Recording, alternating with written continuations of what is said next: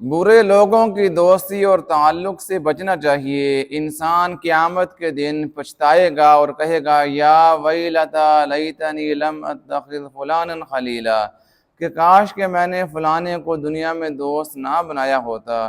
اس دن حسرت کرے گا انسان برے دوستوں کی صحبت اور ان سے تعلق اور دوستی پر شرمندہ اور نادم ہوگا اور کہے گا کاش کہ میں نے ان برے لوگوں سے تعلق اور دوستیاں نہ رکھی ہوتی، آج روز محشر مجھے شرمندگی اور رسوائی نہ حاصل ہوتی۔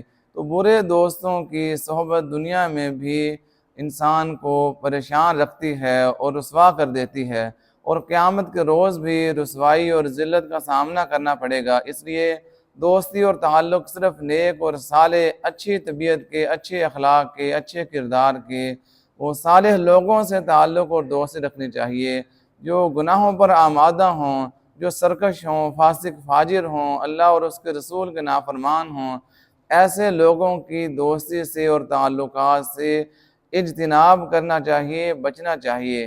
ہاں، خیر خواہی سب کی کرنی چاہیے، سب کو سمجھانے کی اور سب کی اصلاح کی کوشش کرنی چاہیے، لیکن تعلق اور دوستانہ وہ صرف نیک لوگوں کے ساتھ ہی رکھنا چاہیے۔ برے لوگوں کی صحبت سے بچنا چاہیے، یہ دنیا اور آخرت میں نقصان کا اور خسارے کا سبب ہے۔